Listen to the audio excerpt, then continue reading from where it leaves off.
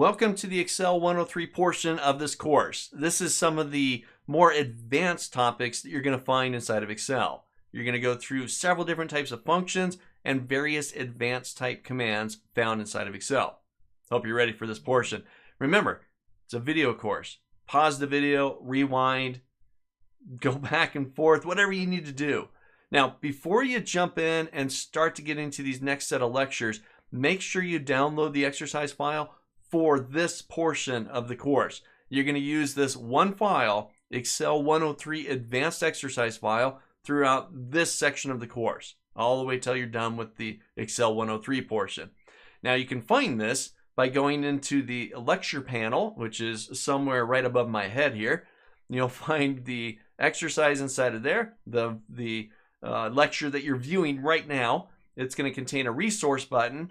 You can give that button a click and you can download the Excel 103 Advanced Exercises.xlsx file. It's an Excel document, right? It's an Excel course. So make sure you download that file, open it up, and follow along with me. All right. Hope you're as excited as I am. Let's jump in and let's get into some of the more advanced features that make up Microsoft Excel.